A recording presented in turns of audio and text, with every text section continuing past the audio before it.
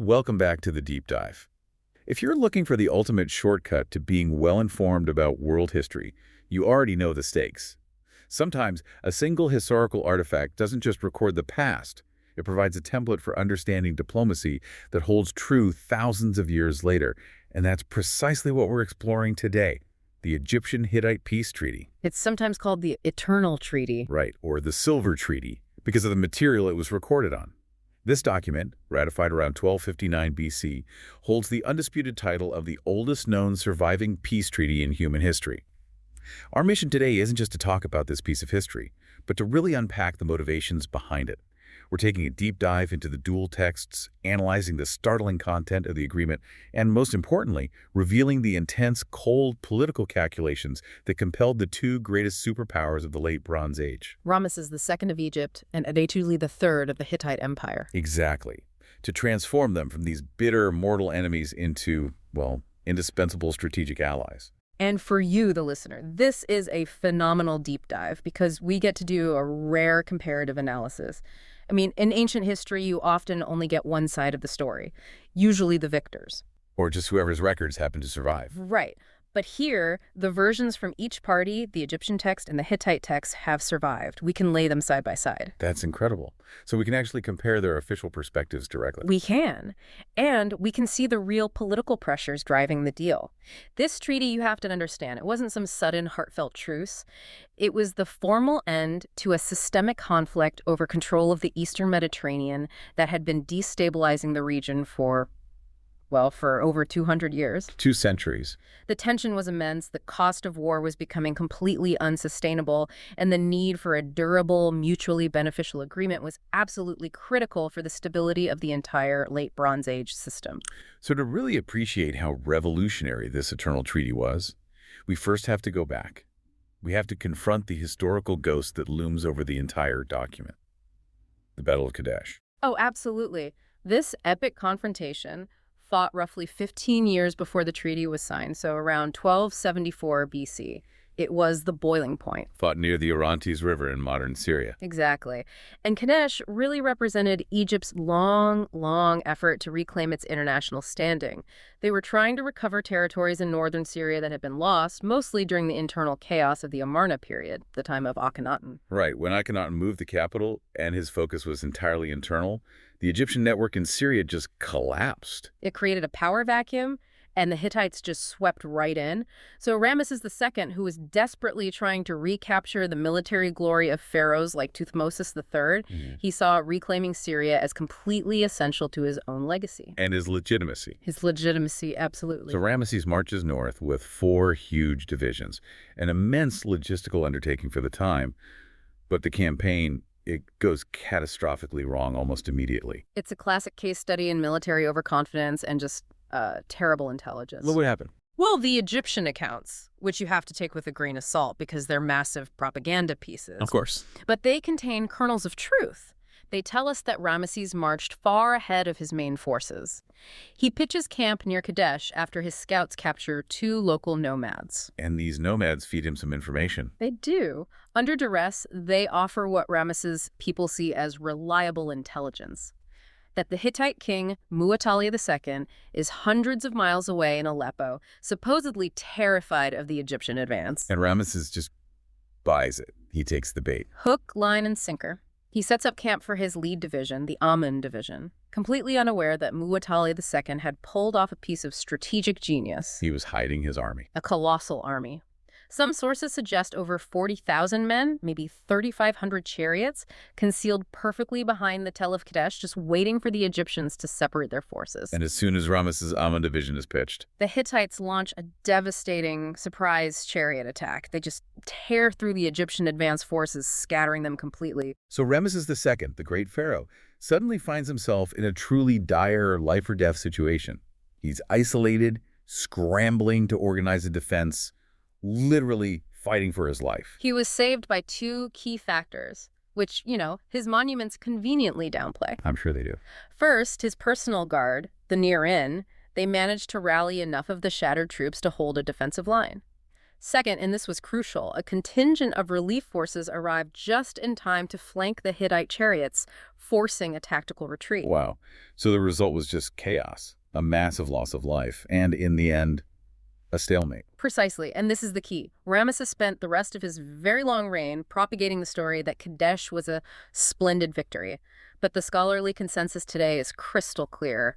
It was inconclusive. He survived, but he didn't win. He survived the ambush, he avoided total annihilation, but he failed completely in his strategic objective. He couldn't capture Kadesh, he didn't destroy the Hittite army, and he immediately retreated back to Egypt. It's just the ultimate example of historical revisionism through art, isn't it? Oh, the scale of the propaganda effort is mind-boggling. Ramesses inscribed the Kadesh narrative across multiple temples in 3 distinct forms.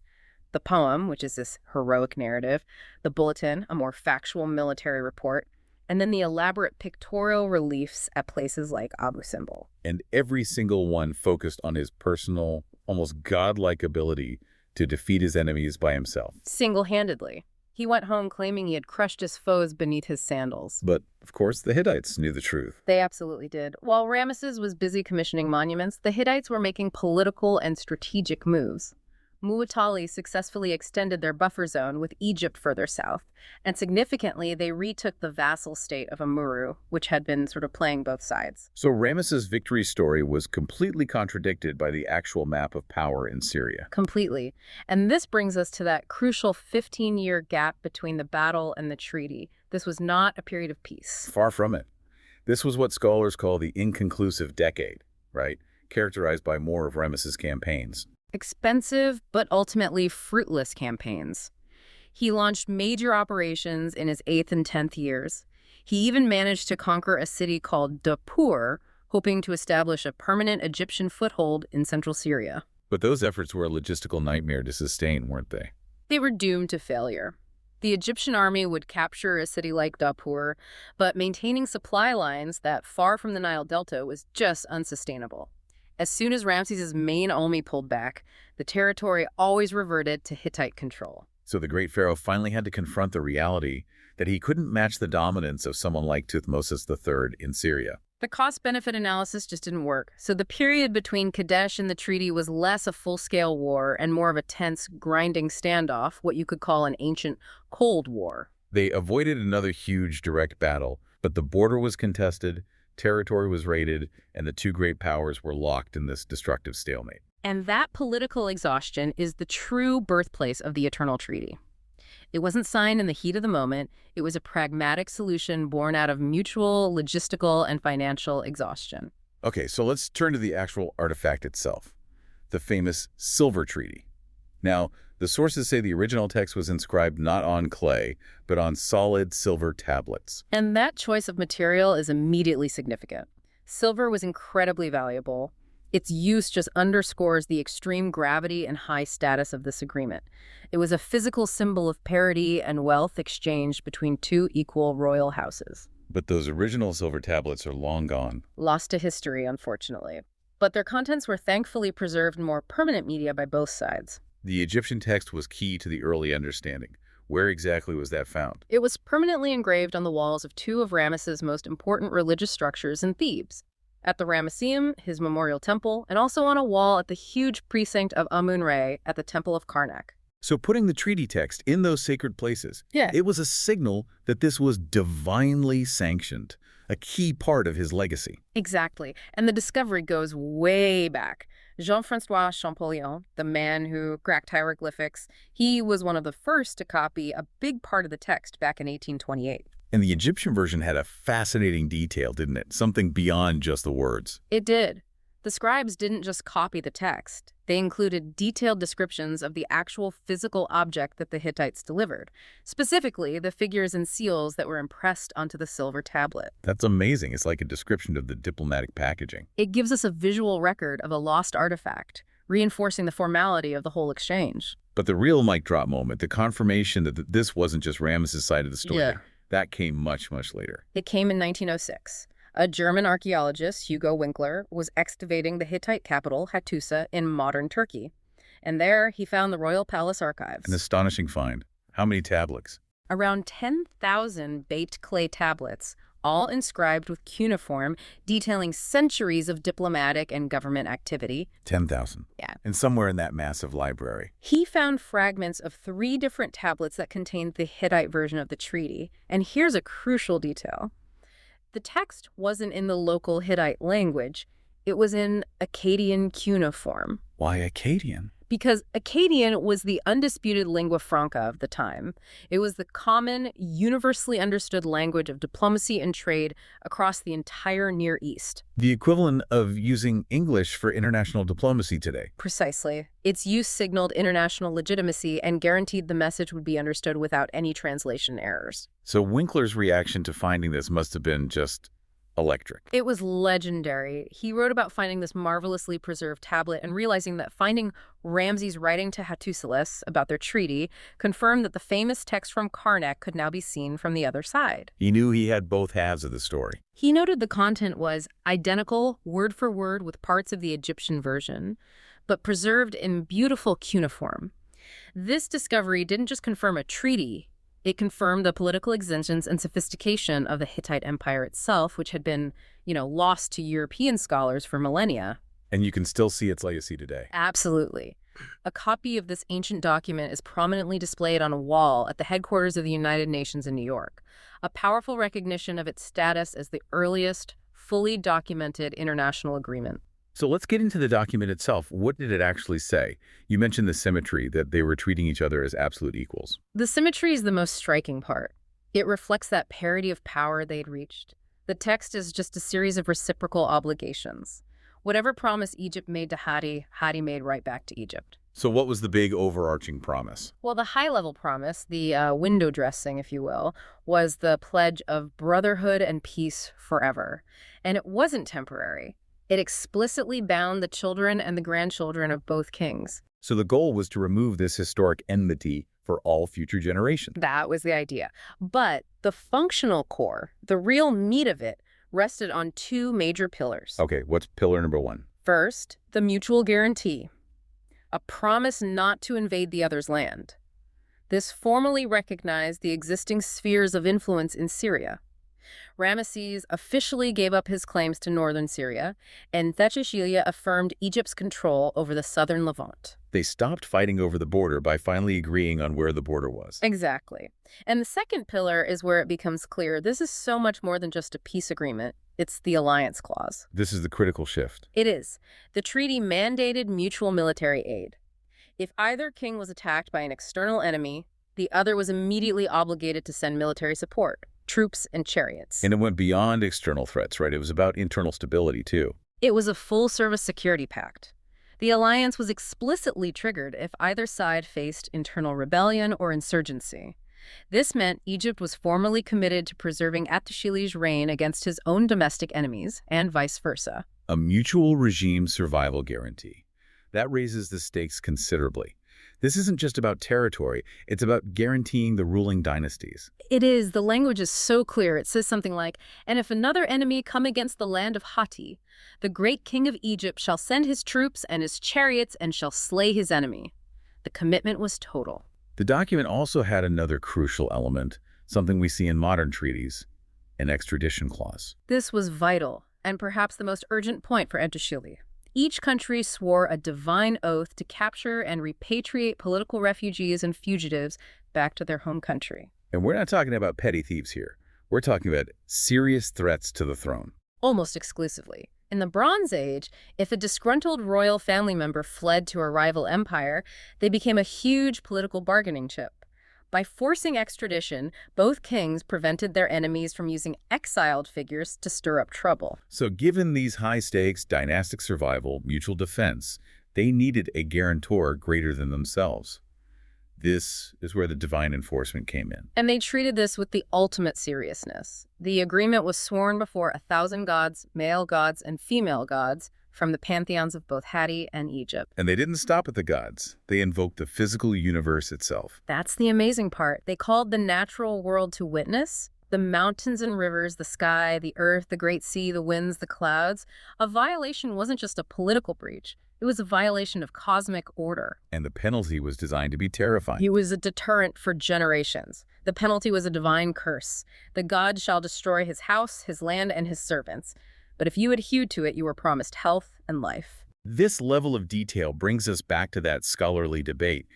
Is it even right to call this a peace treaty? Well, early analysis, like from James Breasted, saw it as a straightforward termination of war. But later scholarship, from people like Trevor Bryce, challenged this. They argued the true function was to establish a mutually beneficial strategic alliance driven purely by expediency and self-interest. So the Brotherhood and Peace Forever part was essentially marketing. Essentially, yes. The consensus is that it was fundamentally a high-level security pact. And you can see this in the preambles, which reveal the different goals of the two kings. The Hittite version tries to smooth things over, saying something like, the god does not permit hostility between them. Framing it as this natural, inevitable peace. Right, whereas Ramesses, who never missed a propaganda opportunity, took a much harder line. Of course he did. The Egyptian version, carved on his temple walls for his people to see, states straightforwardly that the two states had been at war, and it was his power that brought the Hittites to the table. The Hittite preamble tries to legitimize the peace. The Egyptian one tries to legitimize Ramesses. This difference in the preambles confirms they came to the table with very different needs. So let's look at that great game. What were the pressure points on each monarch? If you look at the political context of the time, the consensus is pretty clear. Attuli III was the far more desperate party. He was almost certainly the one who sued for peace. And his biggest vulnerability was at home, right? The legitimacy crisis. It's a huge crisis. He was, in the eyes of many Hittite nobles, a usurper. He had seized the throne from his own nephew, Orhi-Tesub, so his grip on power was always a bit shaky. And that internal problem became an external threat because guess where his deposed nephew, Orhi-Tesub, was living? In Egypt, being harbored by Ramesses. Exactly. Ramesses held the most dangerous political leverage imaginable over the Hittite king. As long as he sheltered Orhi-Tesub, he could use him as a puppet to destabilize the Hittite throne. So the treaty was pure political survival for Ettushilia. It neutralized that threat by forcing Ramesses to stop protecting his rival, and it guaranteed Egyptian support for his own successors. It turned a political liability into a powerful international endorsement. But if the internal threat was Orhi-Tesub, the external threat that truly tipped the scales was the relentless rise of Assyria in the east. Tell us more about Assyria. They were the real disruptor here. Assyria was the upstart power of the Late Bronze Age. Their military machine was rapidly expanding. Ettushilia's predecessor had already suffered a huge loss when Assyria seized Hanagalbat, a vital Hittite vassal state. And that meant the Assyrians were now positioned directly on the Euphrates River. Right on their doorstep, in prime position to launch further attacks into the Hittite heartland. For Ettushilia, the danger from Assyria was immediate and terrifying. It far outweighed the benefit of trying to grab a few more miles of land in Syria. The alliance with Egypt became an essential military shield. So just to sum that up for the listener, Ettushilia's position was basically, Assyria's coming, and I need this treaty to survive both a foreign invasion and an internal challenge to my throne. The cold, efficient calculation. It is. Now let's pivot to Ramesses. He's in a relatively stable position at home. He survived Kadesh. Why did he, the mighty pharaoh, agree to a symmetrical treaty with his rival? That's a great question. If he was stable, why not just let the Hittites worry about Assyria? It was a decision driven by realism and economics. After 15 years of those fruitless campaigns, Ramesses finally accepted that permanent Egyptian control over northern Syria was, in his mind, unrealizable. Continuing the war meant only mounting costs with zero long-term gains. So he realized he couldn't win militarily, but he could still win diplomatically and financially. Correct. By accepting the existing borders, Ramesses could immediately pivot his resources. Ending the costly wars let Egypt secure access to critical trade routes and ports in Hittite territory as far north as Ugarit. The economic gain was massive. And the Assyrian threat wasn't just Ettushilia's problem, was it? Not at all. Ramesses was a smart strategist. He knew if Assyria completely devoured the Hittite Empire, that aggressive power would suddenly be on Egypt's doorstep. Maintaining a stable Hittite empire as a buffer state was vital to Egypt's own long-term security. And finally, you can't ignore the biggest motivation for Ramesses, the propaganda. He failed to conquer Syria, but he absolutely won the PR war back home. This is his crowning achievement.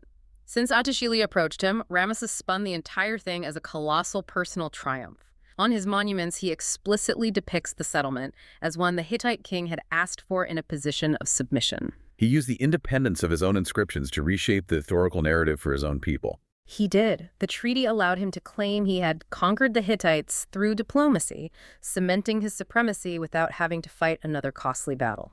So the ultimate success story here is that even though this treaty was born out of shared fear and political desperation, it actually worked. It created a genuine and lasting peace. It really did.